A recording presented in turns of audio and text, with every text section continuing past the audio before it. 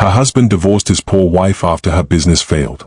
Unaware of her $100 million fortune, he didn't just leave her, he destroyed her in front of the world. On the same day her boutique turned to ashes, he threw divorce papers into her trembling hands and walked away with her own employee. Failure is all you'll ever be, Grace. You're nothing to me now. Sign this and disappear.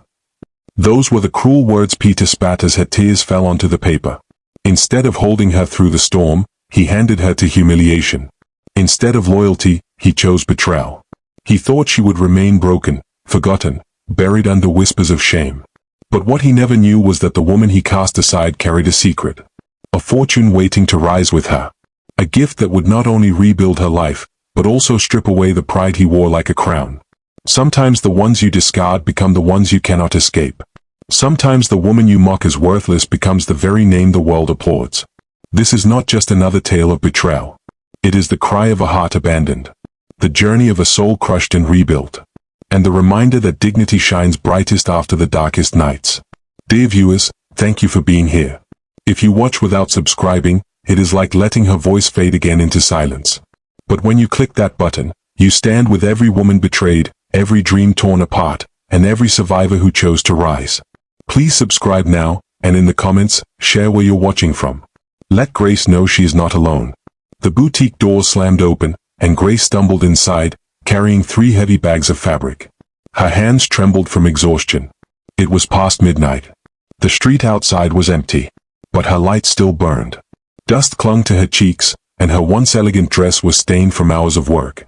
She had spent the entire day meeting suppliers, negotiating prices, and delivering finished clothes to customers herself.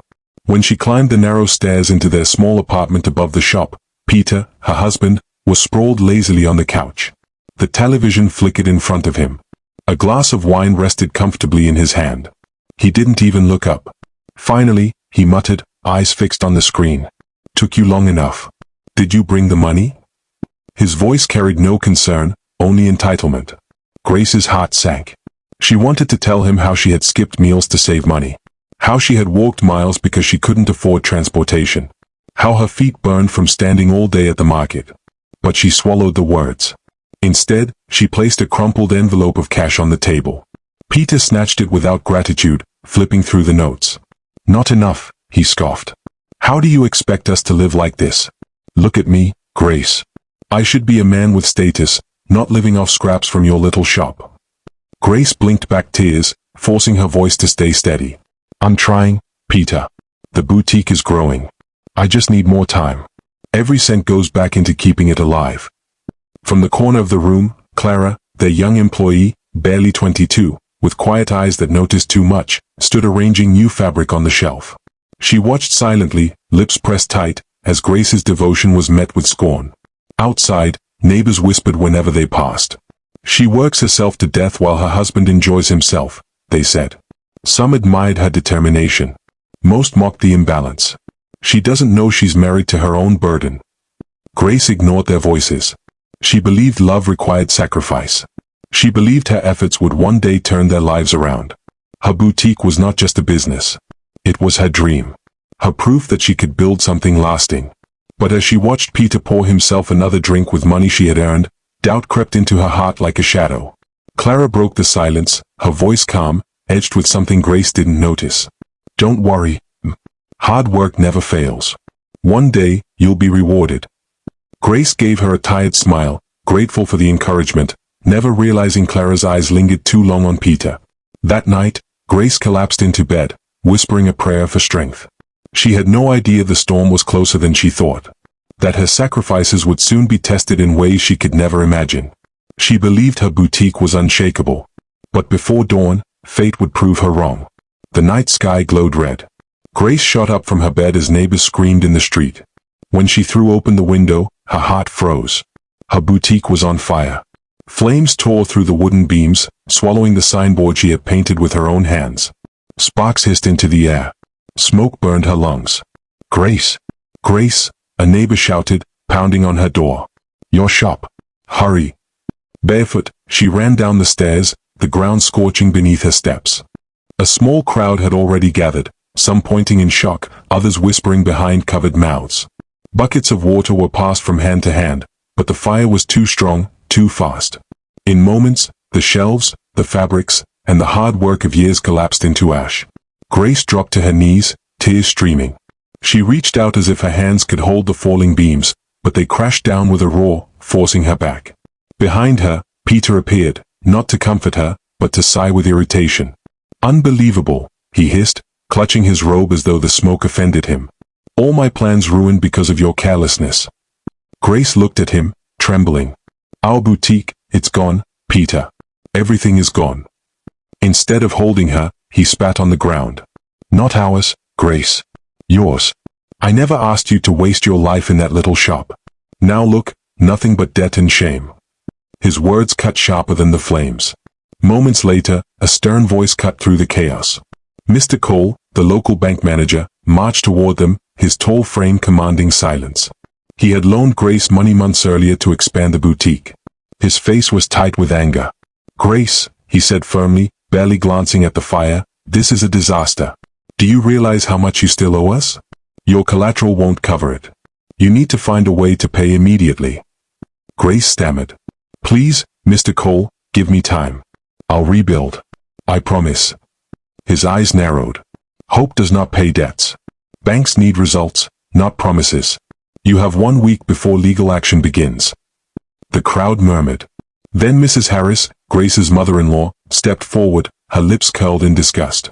"Didn't I warn you, Peter?" she said loudly, making sure everyone heard. "This woman brings nothing but disgrace. She drags you down, and you stand here like a fool defending her. Shame on you both."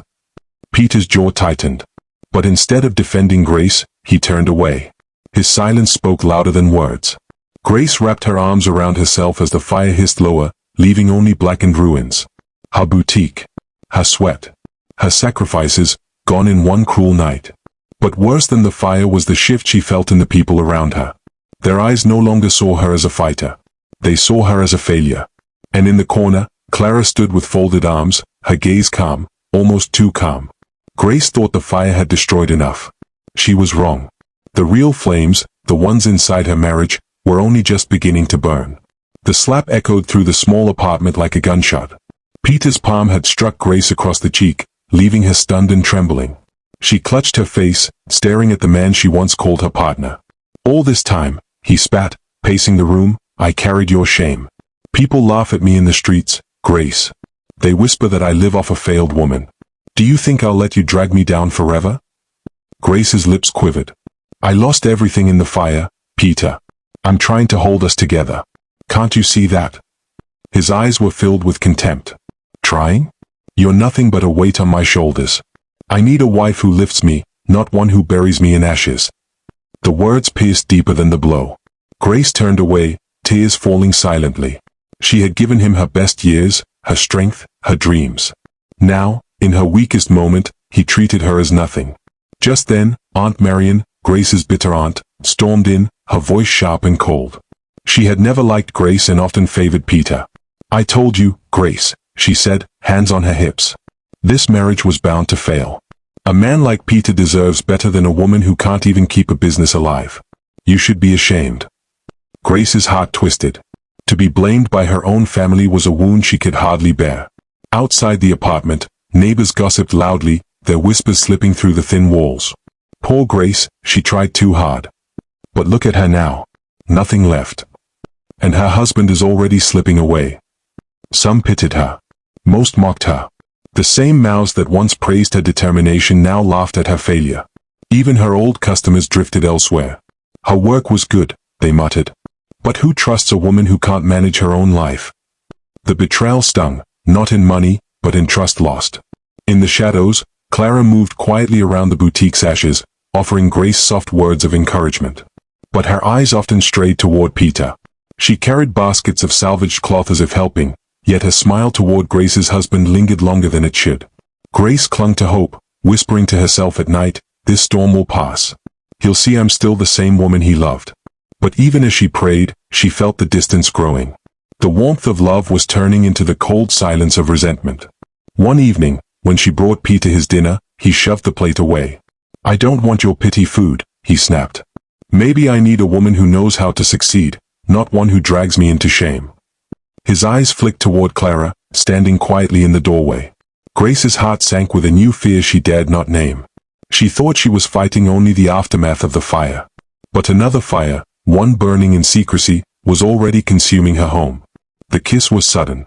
Stolen in the shadows of the ruined boutique.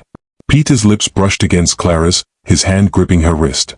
She gasped, but instead of pulling away, she smiled faintly. "If Grace finds out," Clara whispered.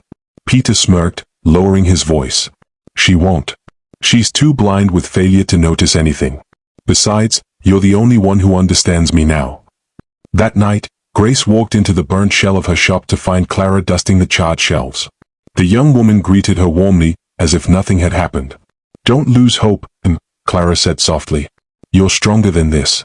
I'll stay by your side no matter what." Her words dripped with loyalty, and Grace, weary and broken, believed them. But Lydia, Clara's friend, bold and greedy, whispered poison into her ear whenever they met at the market. Why waste time helping Grace? Lydia sneered. "Peter is a man with ambition. Stay close to him, and you'll live a life of comfort. Forget loyalty. Loyalty doesn't buy silk dresses or fine wine." Clara hesitated, torn between kindness and greed. Her eyes sparkled when she imagined the life Lydia promised. Meanwhile, Peter's old friend Lucas slapped him on the back in a local bar. Lucas was the type who thrived on ego and shallow victories. "Why chain yourself to a sinking ship?" Lucas laughed, sipping his drink. "You've got youth, money to make, women to chase. That wife of yours, she's dead weight. A man like you deserves better." Peter nodded, drinking in the flattery. Lucas's words ignited something dangerous inside him. The belief that leaving Grace wasn't betrayal, but freedom. Back at home, Grace worked late into the night, sketching plans for a new boutique with trembling hands. Papers were spread across the table, charcoal smudges on her fingers, hope fighting exhaustion in her tired eyes. She didn't see how Peter lingered longer by Clara's side. She didn't hear the whispers exchanged behind her back. She still believed her sacrifices bound them together. "Peter," she said softly one evening as she served him dinner, her voice gentle despite everything. "Thank you for staying with me. I know things are hard, but I promise I'll rise again. I'll make you proud." Peter looked at her, silent for a moment. Then he forced a smile. "Of course, Grace. I'll always stand by you." His words sounded like comfort, but in his eyes there was no love, only calculation. Later that night, while Grace wept quietly in her room, Peter and Clara exchanged another secret glance in the hallway. False loyalty had wrapped itself around Grace's world like a snake. She had no idea its fangs were already aimed at her heart. Grace believed his promises. But the world would soon see those same promises ripped apart, not in whispers, but in the harsh glare of public betrayal. The courtroom gasped as the papers slammed onto the wooden desk. Peter had thrown them down with a smirk, his voice echoing through the chamber. "Sign them, Grace. Today you stop embarrassing me as my wife." Grace froze, her trembling hand hovering over the divorce documents. Her heart pounded violently. She had not been warned. Not at home. Not in passing. Not even in silence. To be summoned here, before strangers, only to be humiliated by the man she once trusted, was a cruelty beyond words. The judge glanced at her with quiet pity. Neighbors packed the benches, whispering as though they had come to watch a performance. "She worked like a slave and this is her reward," one murmured. Another replied coldly, "Maybe she deserves it. A woman who can't keep her husband happy loses her place." Then, like salt pressed into a fresh wound, Clara walked in. Her steps were deliberate. Her smile unapologetic. She slid into the seat beside Peter, her hand resting boldly on his arm. Gasps rippled through the courtroom. Grace's eyes widened in disbelief. "Clara, you?" Her voice cracked. Clara lifted her chin proudly. "Don't look so shocked. Some of us know how to hold on to a man." Her words dripped with venom disguised as sweetness. Peter leaned back in his chair, enjoying every second. "She's not just my new partner in life, Grace," he said calmly. "She'll help me rebuild everything you ruined. This is the woman I should have chosen from the start." Grace's chest tightened. Every sacrifice, every sleepless night, every tear she shed for this man, reduced to public ashes. In the back row, Mrs. Harris, her mother-in-law, shook her head with approval. "Finally, my son sees sense," she muttered loudly. Grace was a curse to him from the beginning. Grace's pen slipped from her fingers. She looked around, searching for one kind face, but found only whispers, mockery, and silence. Her dreams, her dignity, her marriage, all torn apart in one brutal act. Still, she steadied herself. "Peter," she said softly, her voice carrying more pain than anger. "You don't know what you're doing. Betrayal doesn't bring happiness. It only destroys." Peter laughed bitterly. "What destroys is failure, Grace. And you," he paused, eyes cold, "you are failure itself." The judge cleared his throat, signaling the end of the session. But Grace's world had ended long before the gavel struck. She gathered the shredded remains of her courage and walked out, her steps heavy, her heart bleeding. Behind her, Clara kissed Peter's cheek in front of the crowd, sealing the humiliation. The spectators erupted into whispers. The betrayal was no longer hidden. It was paraded like a crown. Grace thought the courtroom was the lowest point. She was wrong. True isolation was waiting outside. A silence more painful than public shame. The door slammed shut behind her, the sound echoing like a final sentence.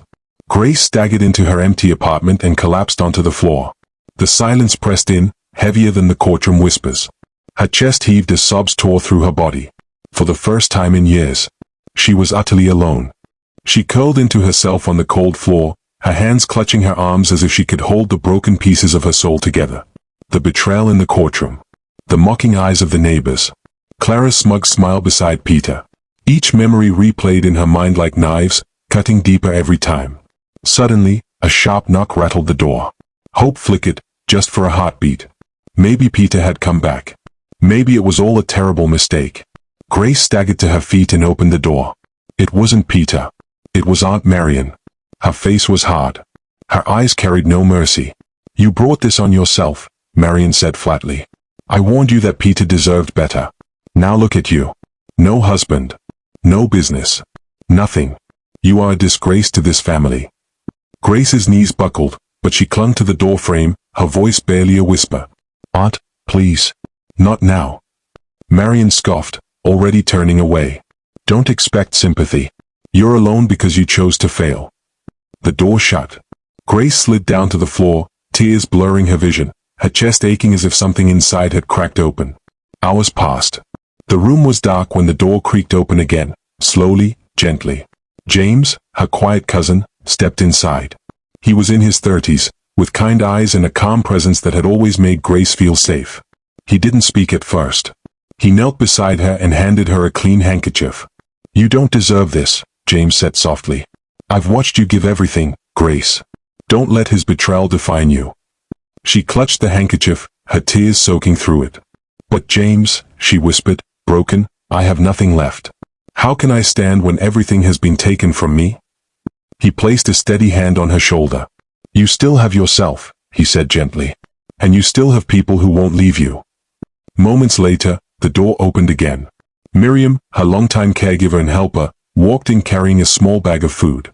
Her face was lined with age, but her spirit was strong as stone. She set the bag down and cupped Grace's face in her rough hands. "Child," Miriam said softly, "you've carried too much on your own. Cry if you must. But tomorrow, you will rise. Pain is not the end. It is a beginning in disguise." Grace's sobs slowed as the warmth of James's loyalty and Miriam's comfort surrounded her. Yet outside the window, voices pierced the night. "Did you hear? Peter left her in court. She's finished. She'll never recover. Some women are just born to be forgotten." Each word sliced through what little strength she had left. Grace pulled the blanket over herself, her eyes red but wide open. Sleep did not come. Only the ache of loss. And the fear of tomorrow. And in the darkness, a thought whispered across her heart. What if they are right? Grace believed despair had buried her. But a letter waiting in the shadows would soon ignite a spark she thought was lost forever. The envelope hit the table with a heavy thud. Ms. Adams, a well-dressed lawyer in her 40s with sharp eyes and a calm, steady presence, looked straight at Grace. "This arrived at my office weeks ago," she said. "It's addressed to you. From your late uncle, Richard." Grace's hands began to shake. Uncle Richard had always been distant. A man she hadn't seen in years. Why now? Why her? She tore the envelope open, her breath trembling as she unfolded the letter. "My dear Grace, I know this may reach you in your darkest hour.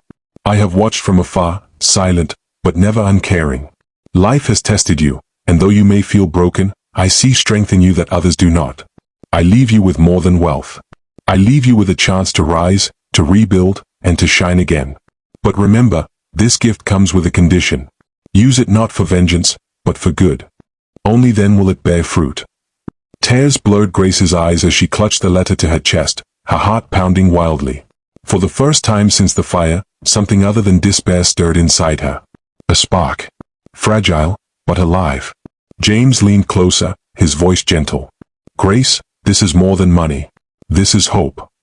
Behind her, Miriam wiped a tear with the edge of her scarf. Child, didn't I say pain is the beginning of something new? Your uncle saw what we see. You are stronger than this storm.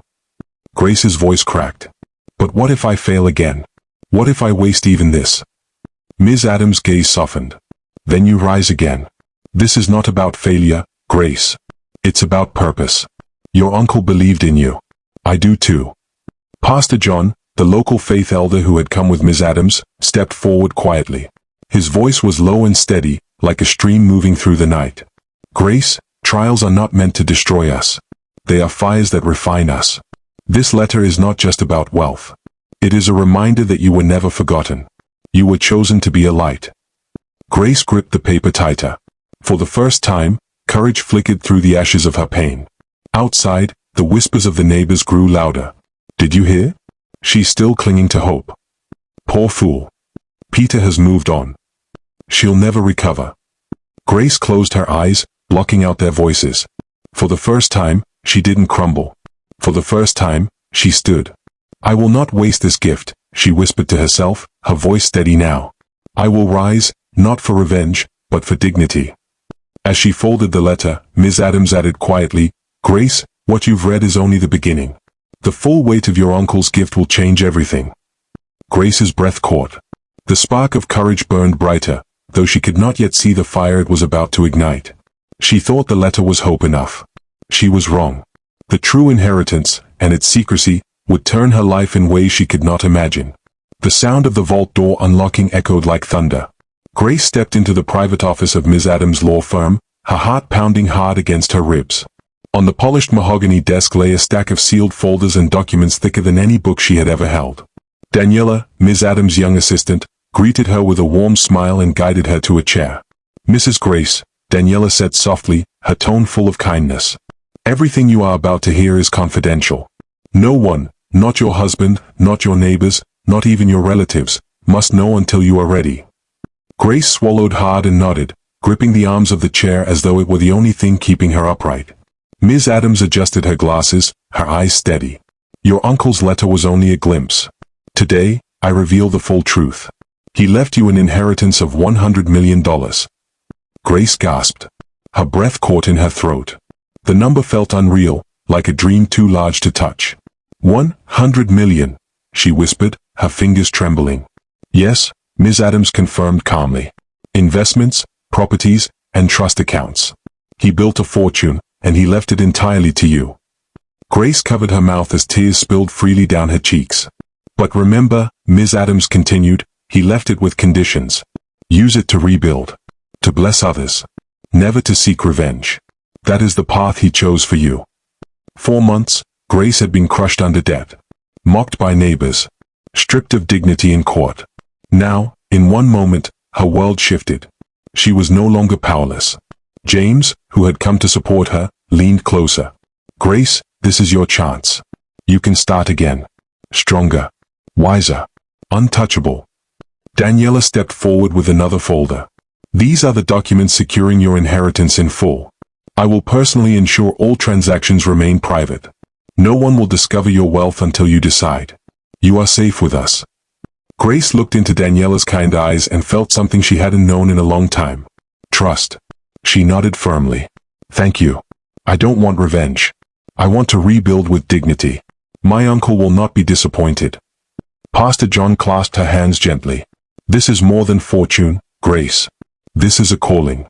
Wealth in the wrong hands destroys, but in yours, it can heal. Never forget the power of compassion. Grace wiped her tears, straightened her shoulders, and signed the final page. The ink burned like fire against the paper. A new chapter, alive. As she closed the folder, Ms. Adams leaned back, her expression serious. Grace, I must warn you. Wealth attracts shadows. People who abandoned you will try to return. You must be prepared. The hall exploded with camera flashes as Grace stepped onto the grand stage of the city hall. The crowd surged forward, chanting her name. Mothers she had fed lifted their children high. Market vendors raised their baskets. Donors clapped until their palms burned. Clara, the journalist, stood at the podium, her voice echoing with power. Once mocked. Once abandoned. Once humiliated in court, Grace has risen, she declared. From ashes, she built a new dawn for us all. She is not just a survivor. She is a leader. Applause shook the hall. Grace stood in a simple black dress, her posture calm, her presence unshakable. She lifted her hand, and the hall fell silent. I was betrayed, she began, her voice steady. But betrayal did not end me. I was broken, but brokenness became my teacher. Today I stand not because of wealth, but because of grace. Grace to rise. Grace to forgive. Grace to give. The crowd roared. Cheers thundered. Tears streamed freely. Suddenly, a figure stumbled forward from the crowd. Gasps filled the hall. It was Peter. His once proud suit was torn. His face was hollow with shame. His eyes were red from sleepless nights. He collapsed to his knees before her. Grace, he sobbed. Please forgive me. I was a fool. Clara betrayed me. My friends abandoned me. I have nothing left. I was blind to your worth. Take me back. The hall went silent. Every breath paused. Every ear strained for her reply. Grace's chest tightened as memories flooded her mind. The fire, the courtroom, the insults, the loneliness. She bent slightly, her face gentle, her voice firm. Peter, I forgive you. Not because you deserve it, but because I refuse to let bitterness poison me. But you cannot return. My life is no longer yours to destroy. Peter clutched at her dress, begging. Grace, please. She stepped back, her voice calm but final. You chose pride over love. Betrayal over loyalty. Now you must live with what you chose. The hall erupted, louder than before. Beneficiaries wept openly. Neighbors clapped. Even Clara wiped her eyes as she scribbled her final headline. Forgiveness with dignity. The woman who chose grace over revenge. At the foundation's entrance, workers unveiled the charred signboard Grace had saved from her burnt boutique. Its blackened edges glistened under the lights, a symbol of pain reborn into purpose. Grace touched it gently, then turned to the crowd. This is our new beginning. Cheers rose again, thunder shaking the roof, echoing into the streets. Grace stood tall, not as the broken woman Peter once spat on, but as a beacon no shadow could ever silence again. She thought the triumph ended on the stage. She was wrong. The truest victory was still ahead, the quiet legacy of generosity that would outlive even her own story. The morning sun lit up the community hall like gold. Trucks lined the street outside, filled with bags of rice, boxes of fabric, and crates of food. Crowds pressed forward, not to whisper or mock as they once had, but to receive with gratitude. Grace stood at the doorway, her hands steady as she welcomed each family. Mothers clutched her hands with tears in their eyes. Fathers bowed in respect. Children hugged her legs with innocent joy. A young widow cried openly as Grace placed a basket in her arms. I thought no one remembered us, she whispered. But you came. Grace smiled gently. You are not forgotten. None of you are.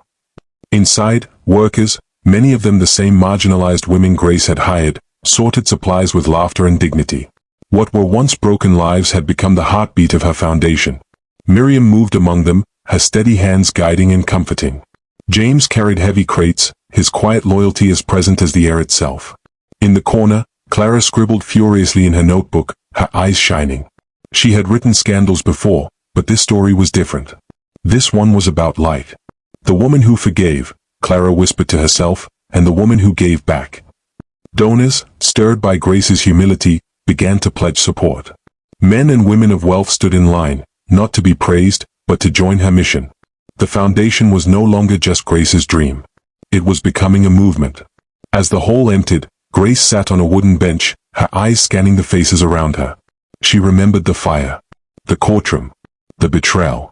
She remembered the night she cried herself to sleep, believing she was alone. Now, in place of silence, there was laughter. In place of shame, there was honor. In place of betrayal, there was loyalty. James sat beside her, watching children play outside. You did it, Grace, he said softly. You turned pain into something beautiful. Grace shook her head gently. Not me alone. My uncle believed in me. You stood by me. Miriam carried me. Strangers reminded me of goodness. All I did was choose to rise. She looked toward the signboard of her old boutique, now hanging proudly at the foundation's entrance. The charred wood glistened in the sunlight, a symbol of ashes turned into life. This is not revenge, Grace whispered almost to herself. This is rebirth. As the wind brushed her face and children's laughter echoed in the distance, Grace knew her journey was far from over. But this chapter, the one born in betrayal, had closed in victory. She stood, her voice steady, her heart full. This is not the end. This is only the beginning.